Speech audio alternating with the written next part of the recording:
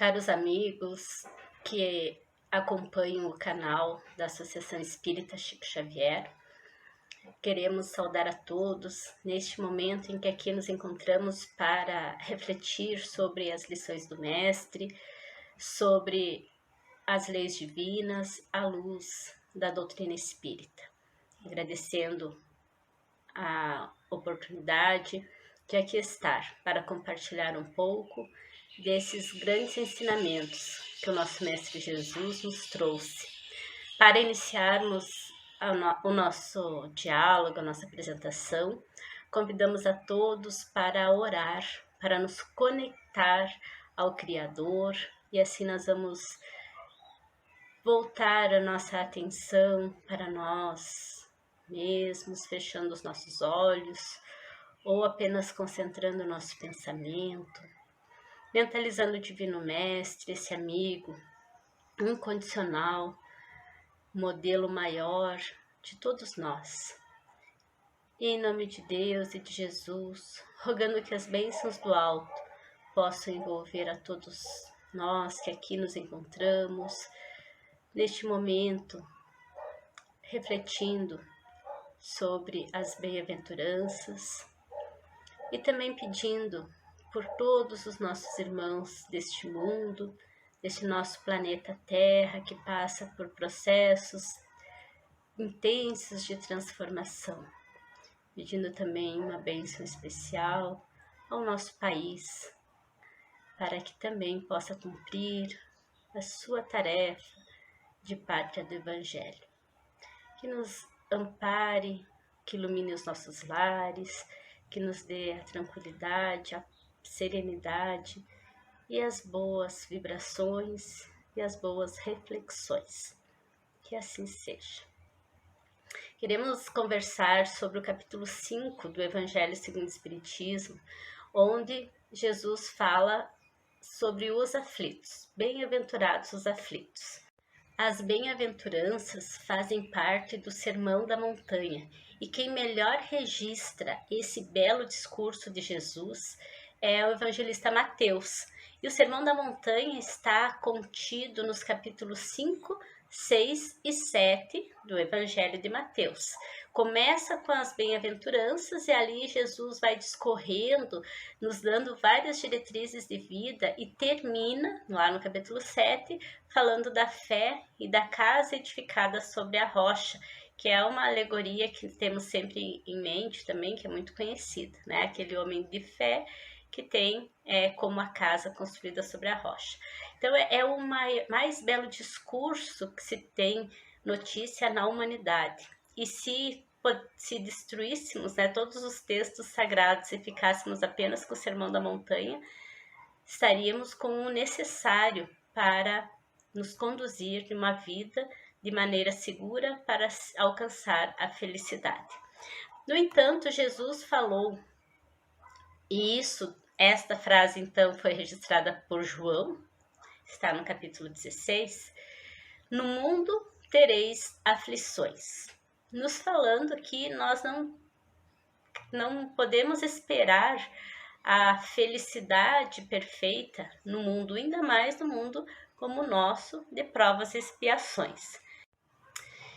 E quando nós pensamos nas inúmeras dificuldades que temos na vida, nas inúmeras dificuldades que vemos as outras pessoas passarem, nas aflições que o mundo nos mostra, nos apresenta, precisamos compreender que essas vicissitudes, e é isso que a doutrina nos explica, elas derivam de uma causa. Toda aflição, ela tem uma causa.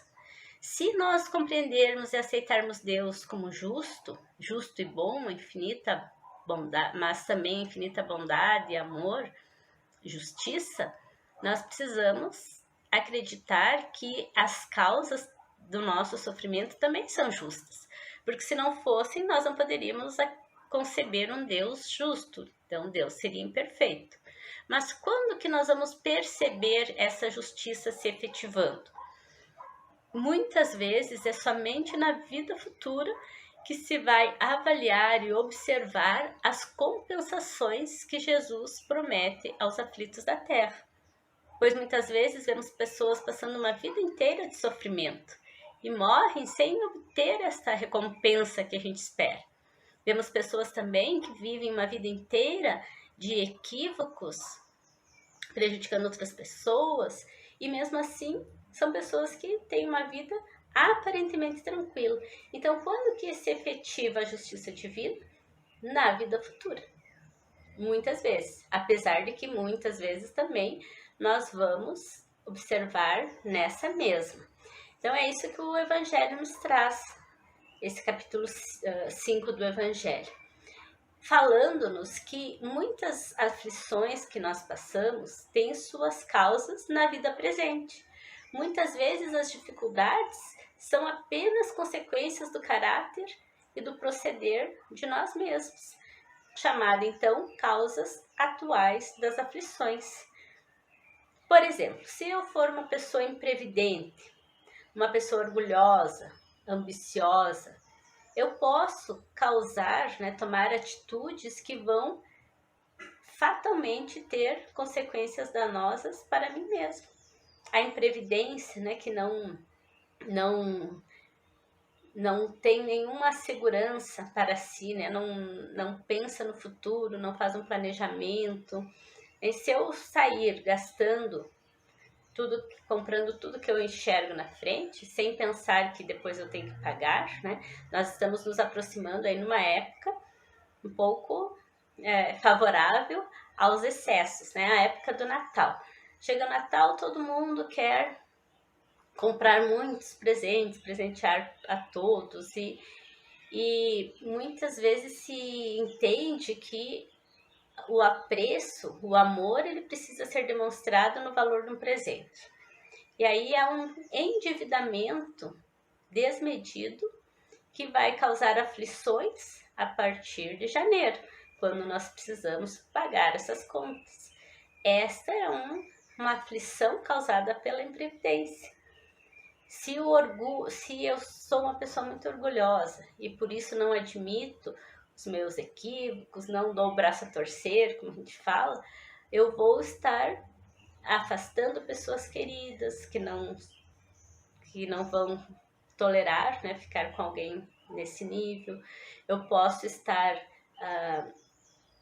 causando maiores danos, quando a gente não admite, alguém diz, olha, presta atenção que você está se equivocando, não vai por aí que você vai se dar mal. E ele diz, não, eu sei fazer as coisas, pode deixar que eu sei de mim, eu sei. E a gente muitas vezes acaba se dando mal. A ambição que pode nos levar também a atitudes inescrupulosas, a atitudes ilícitas, e isso tudo tem consequências. Muitas vezes há uniões por interesse e vaidade, e não por amor. Quantos casamentos acontecem por um interesse em heranças, em nomes de família, e não há um amor verdadeiro? E depois as dificuldades acontecem.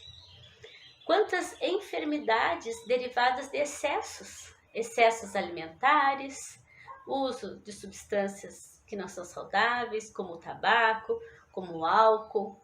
Então, depois de um tempo que nós usamos ou cuidamos mal do nosso corpo, não podemos nos queixar de que a doença venha, às vezes doenças graves. Se eu exagero no consumo de doces, de açúcares, possivelmente eu vou desenvolver uma diabetes, que depois me trará vários problemas de saúde, problemas sérios, uma qualidade de vida muito precária. E por quê? Por falta de cuidados. Se nós não cuidamos da alimentação, não tomamos água suficiente, não fazemos atividades físicas, nós vamos prejudicando o nosso organismo. E depois teremos fatalmente aflições, problemas musculares, articulares, ósseos muitas vezes. Também nos diz o Evangelho, quantos pais infelizes pela má educação que deram aos seus filhos, quando se descuida naquela época mais importante da educação. Então, a doutrina espírita, assim como várias correntes psicológicas, vão dizer que o período mais propício para a educação da criança é até os 7 anos. Não que depois não possa acontecer, ele também é importante, mas até os 7 anos é fundamental. E é do nascimento até os 7 anos. Aliás, a educação de uma criança ela já começa no ventre materno. Já posso trabalhar, conversar com ela, fazer o evangelho no lar. E este espírito que está ali reencarnando, formando o seu novo corpo, irá absorver essas informações. Mas se eu descuido dessa tarefa, se eu dou maus exemplos aos filhos, com certeza teremos dissabores com eles na idade adulta.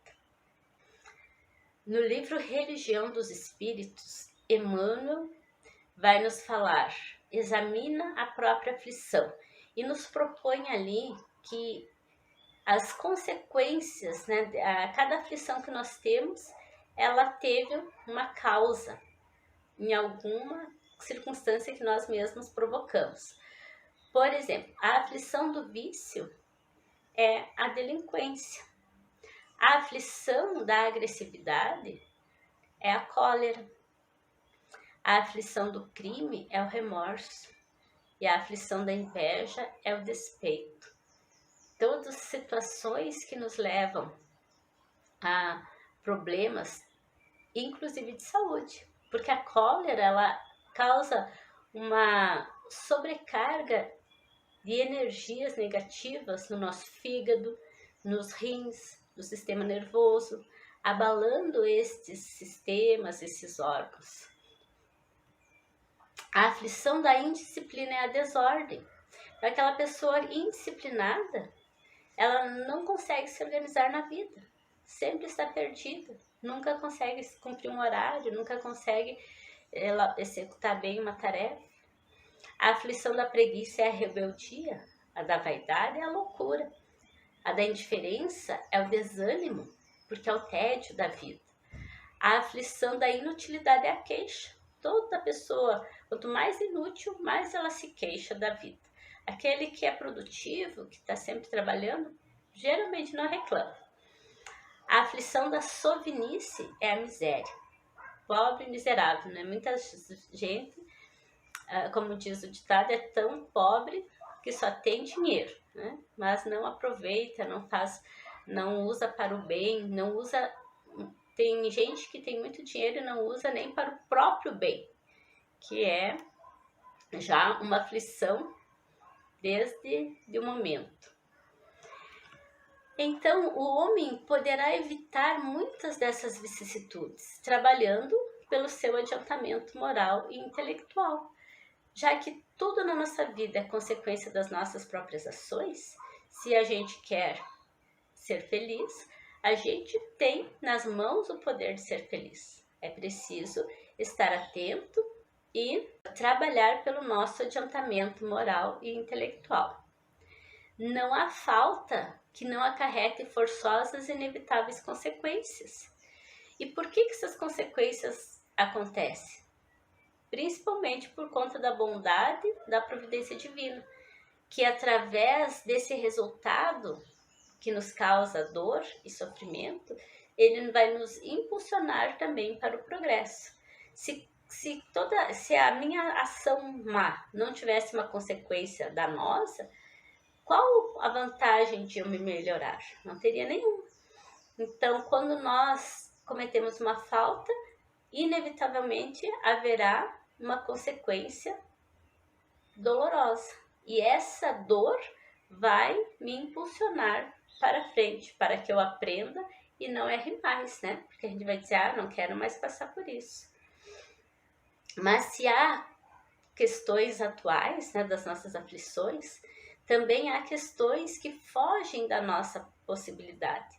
Há aborrecimentos e acontecimentos que a vida nos apresenta que independem da nossa vontade, da nossa opção, do nosso posicionamento, como a perda de alguns entes queridos, de arrimos de família, acidentes que são inevitáveis, que acontecem sem que a gente possa ter nenhuma ação que pudesse evitar. Quando somos acometidos de alguns flagelos naturais, em alguns reveses da fortuna, algumas enfermidades de nascença, tudo isso vai nos mostrando que há algumas situações que nós não temos como evitar nesta vida. E como que vamos explicar isso? Explica-se pela condição do nosso planeta atualmente. Vivemos num planeta de provas e expiações. O planeta Terra está nesse nível. Segundo a informação dos espíritos, já está mudando de provas e expiações para um mundo de regeneração. Estamos às portas do mundo de regeneração, mas ainda somos suscetíveis a essas provações e expiações, ou seja, quando eu não encontro a causa da minha aflição no momento presente, não foi nada que eu gerei por minha própria escolha nesta vida, então eu vou buscar numa vida anterior, porque toda aflição, tudo que nos acontece tem uma causa, e essa causa sempre é justa. Então nós nunca vamos sofrer injustamente. No mundo podem haver muitas injustiças, mas não há nunca injustiçados. De alguma forma, todas as situações que nós nos deparamos, ela vai ter um fim útil para nós mesmos, nem que seja o próprio aprendizado. Mas aí nós poderíamos dizer, mas que graça tem, né? Eu ficar pagando de uma coisa de outra vida se eu não me lembro. Como que a gente vai ser proveitosa uma prova, uma expiação, se a gente esquece, né? Então, será que é verdade esse negócio de reencarnação, né? Esse esquecimento do passado, muitas vezes são argumentos para dizer que não existe, né? Para objeção à reencarnação. Porque como poderíamos aproveitar essa experiência se a gente não lembra dela? Não seria ilógico espiar alguma coisa que a gente não sabe do que se trata? No entanto, o esquecimento do passado, ele faz parte da sabedoria divina e vai nos proteger contra perturbações que certamente teríamos nas nossas relações sociais, nas nossas relações familiares e que com certeza entravariam o progresso. É muito difícil nós lidarmos com as nossas culpas pretéritas. Nós não temos ideia do que fazemos, mas se a gente der uma olhada na história da humanidade, quantas coisas aconteceram, quantas coisas boas e quantas coisas ruins. E se nós tivéssemos participação nessas coisas ruins? Então, o esquecimento do passado, ele diminui o complexo de culpa e dá condições ao espírito culpado de renovar-se psiquicamente. É como, né, uma nova oportunidade, assim, começando do zero. E esse esquecimento também é uma condição temporária. Quantas vezes nós nos equivocamos, nós cometemos alguns atos que nos arrependemos profundamente e que nos perturbam a memória quando a gente lembra e que a gente gostaria muito de apagar da nossa memória. Então é isso que Deus nos possibilita com o esquecimento do passado. Nos possibilita deixarmos adormecida essa lembrança e começar do zero. Porque se eu lembro do meu passado espiritual, eu vou lembrar do passado das pessoas que me rodeiam. E isso causaria muitos transtornos.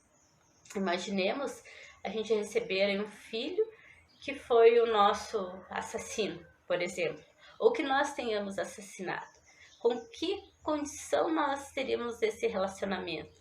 Como nós desenvolveríamos essa afetividade? E assim é com todas as pessoas que estão à nossa volta, porque a gente sabe que os nossos relacionamentos, os nossos vínculos familiares, muitas relações de trabalho, amigos que nós adquirimos ao longo da vida, têm vínculos passados, bons ou não. Então, o melhor é a gente não lembrar. Mas o esquecimento do passado ainda tem outra explicação, né? Tem mais um argumento.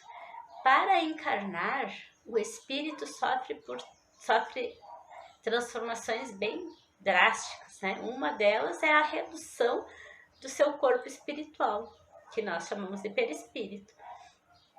Essa miniaturização do perispírito é também uma causa de esquecimento, porque o espírito reencarnante ele passa por um processo de perturbação, onde ele fica inconsciente. Além disso, esse novo corpo, né, essa imaturidade das células nervosas desse novo corpo também auxiliam para que essa consciência cause esse esquecimento do passado. É claro que isso tudo tem a ver também com a evolução do espírito. Quanto mais evoluído é o espírito, mais condições ele tem de recobrar a sua consciência.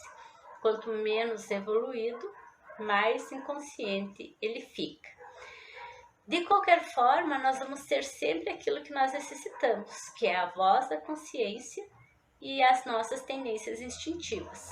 Se nós queremos saber o que nós fomos, basta olhar o que nós somos hoje.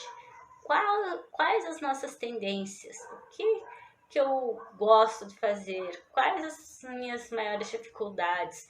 Então, isso vai expressar o meu passado espiritual.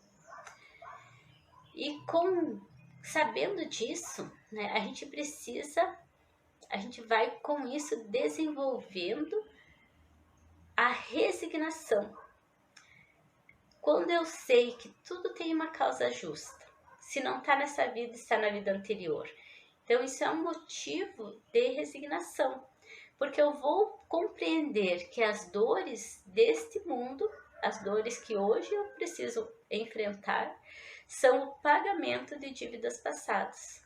E se eu suportar pacientemente, vou conseguir poupar séculos de sofrimento na vida futura. No entanto, a revolta contra essa dor faz com que a gente perca esses frutos. Por isso Jesus diz, bem-aventurados os aflitos, porque serão consolados. Mas esse sofrimento, ele precisa ser resignado, ele precisa ser bem suportado. Não que a gente não possa buscar meios de aliviá-lo. Com certeza, sempre podemos suavizar as dores e também podemos aumentar as dores, né? Isso depende muito do nosso posicionamento, do nosso ponto de vista. E quando nós buscamos contornar essas dificuldades, nós vamos também desenvolvendo a nossa capacidade intelectual, as nossas habilidades, as nossas virtudes, que é o objetivo da encarnação. Então, falamos do ponto de vista, né? Que a gente pode suavizar o amargor ou aumentar esse amargor, dependendo do ponto de vista. Se eu olho tudo do ponto de vista material, eu vou fatalmente estar propenso à inveja, ao ciúme, à ambição. Eu vou dizer, por que eu tenho tão pouco e o outro tem tanto? Daí, que raiva desse outro. Por que Deus foi injusto comigo? E deu tudo para o outro e não me deu nada. Então, isso vai... Desta forma, o homem, o ser humano, voluntariamente se condena à tortura. Aumenta as suas misérias e suas angústias. E a dor fica interminável. Então, nós ficamos num processo constante de revolta que só aumenta a nossa amargura.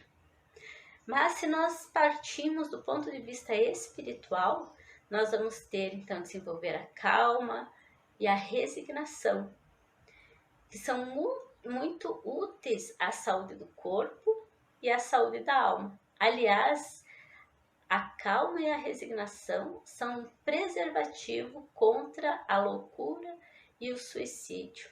Então, depende do meu ponto de vista. Eu vejo aqui e agora, como se a vida fosse só essa, eu vou me desesperar.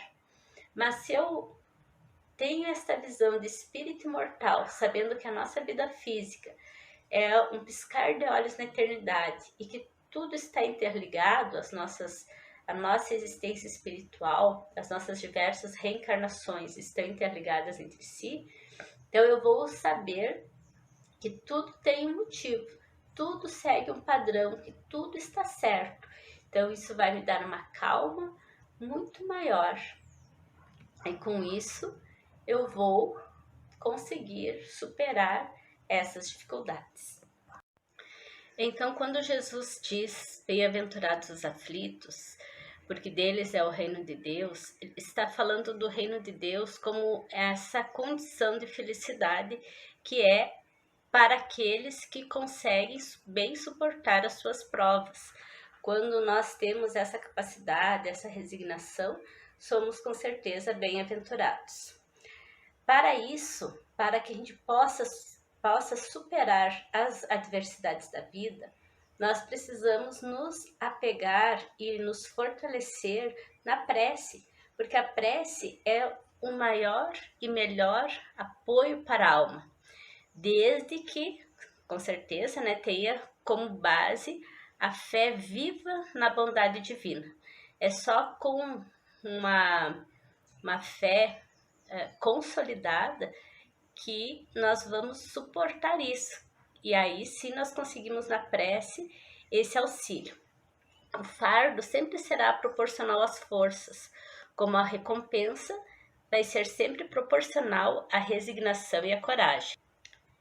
E toda vez que nós nos sentirmos muito aflitos, muito cansados, lembremos daquela frase maravilhosa de Jesus registrada no capítulo 11 do Evangelho de Mateus, item 28 a 30, quando ele diz: Vinde a mim, todos vós que estáis cansados e sobrecarregados, que eu vos aliviarei.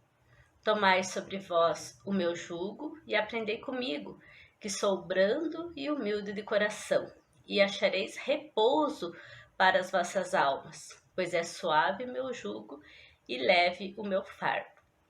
Veja ali, Vamos pegar palavras-chave. Os aflitos têm o alívio em Jesus, porque o jugo de Jesus é suave. O que é o jugo do Cristo? O que é esse fardo? É o remédio para as nossas aflições. O jugo é o conteúdo moral da sua lição, para que nós não desviemos do caminho. E no livro dos Espíritos está dito que nós só somos infelizes quando descumprimos a lei de Deus. Se nós andarmos no caminho certo, ou seja, seguirmos a lei divina, nós com certeza estaremos bem e estaremos felizes.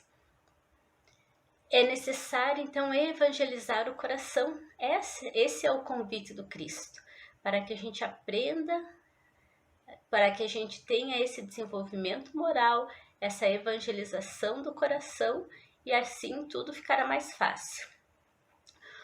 Se o jugo é o conteúdo moral, o fardo são os deveres que nós necessitamos cumprir. Quem cumpre o dever é livre, se liberta. A liberdade, ao contrário de que muitos pensam, não é fazer o que se quer. Isso é uma forma de sermos cativos, de ficarmos escravos dos nossos desejos. Liberdade é conseguir cumprir o seu dever, é fazer o que deve ser feito. Esta, sim, é uma condição que nos dá tranquilidade de consciência e que nos faz sermos realmente livres. E quem aceita as aflições vai iluminando os seus caminhos, porque vai amenizando essas dores e vai melhorando a sua condição, vai sendo credor de novas dádivas. Então, para concluir a nossa reflexão, nós trazemos uma poesia de Maria Dolores, através da psicografia de Chico Xavier, que diz o seguinte: Agradeço, Senhor, quando me dizes não às súplicas indébitas que faço através da oração. Muitas daquelas dádivas que peço, estima, concessão, posse, prazer, em meu caso talvez fossem espinhos na senda que me deste a percorrer. De outras vezes, imploro-te favores entre lamentação, choro, barulho, mero capricho, simples algazarra que me escapam do orgulho. Existem privilégios que desejo reclamando-te o sim, que, se me florescessem na existência, seriam desvantagens contra mim. Em muitas circunstâncias, rogo afeto, sem achar companhia em qualquer parte, quando me dás a solidão por guia que me inspire a buscar-te. Ensina-me que estou no lugar certo, que a ninguém me ligaste de improviso e que desfruto agora o melhor tempo de melhorar-me em tudo que preciso. Não me escutes as exigências loucas, faze-me perceber que alcançarei além do necessário se cumprir o meu dever. Agradeço, meu Deus, quando me dizes não com teu amor, e sempre que te rogue o que não deva, não me atendas, Senhor. Essa poesia nos lembra quantas vezes nós nos afligimos querendo coisas que não são necessárias ou que não seriam boas para nós. Por isso, precisamos sempre ter em mente que Deus, como nosso Pai maior, que sabe das nossas necessidades, Ele vai sempre nos atender naquilo que nós necessitamos para o aprendizado, para o nosso crescimento e a nossa evolução, que afinal, esse é o nosso objetivo de estarmos encarnados. E finalmente, complementando a frase inicial que trouxemos, que é registrada no capítulo 16 do Evangelho de João, onde Jesus fala: tenho-vos dito isso, para que em mim tenhais paz. No mundo tereis aflições, mas tende bom ânimo, eu venci o mundo. E com certeza, com Jesus, nós venceremos também todas as dificuldades, principalmente os nossos maiores desafios, que são os nossos desafios interiores.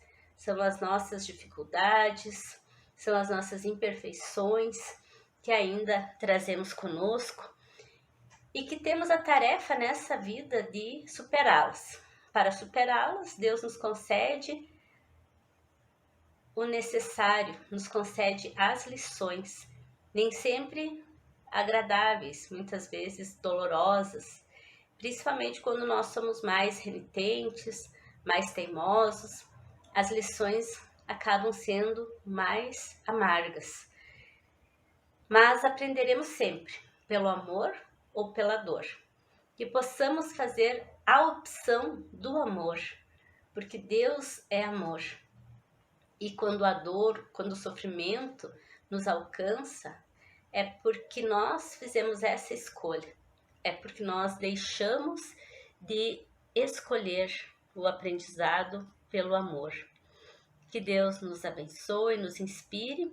Convidamos agora a todos que nos acompanham para a nossa prece de encerramento, onde agradecemos profundamente ao Pai de amor e de bondade, e ao Mestre Divino, pelas dádivas infinitas que nos concede todos os dias. São tantas as bênçãos que temos, Senhor, desde o nosso corpo físico, este aparelho perfeito, que muitas vezes nós descuidamos, que nós não tratamos bem, e por isso adquirimos as enfermidades.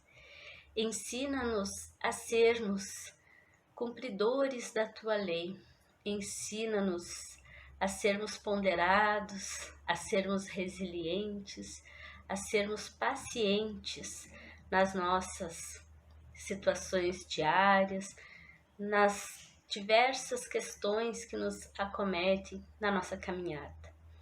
Ilumina a nossa mente e o nosso coração, para que tenhamos sempre a boa inspiração para que acolhamos as sugestões dos amigos luzeiros que estão sempre conosco, esperando apenas a oportunidade para que nós os ouçamos, os atendamos. E por eles também nós queremos te agradecer, por esta misericórdia divina de nos conceder esses anjos protetores que nos auxiliam e que nos orientam na caminhada. Mais uma vez, queremos te pedir por todos aqueles que nos acompanham, que nos assistem nesse momento, e por todos os nossos irmãos neste planeta Terra, nessa nossa morada tão bela que tu nos concede, Pai, para a nossa evolução. Que saibamos também cuidar desta casa planetária, desta casa corpo físico, cuidar da nossa família, cuidar daqueles que tu nos concede também para que orientemos na caminhada, que são os filhos, os netos, aqueles parentes próximos, e que possamos sempre ser fiéis discípulos do Mestre Divino. Que a tua luz e que a tua paz nos acompanhem hoje e sempre, que assim seja. Nós agradecemos a oportunidade da Associação Espírita Chico Xavier de estarmos ocupando esse espaço para essas reflexões e desejamos muita paz a todos.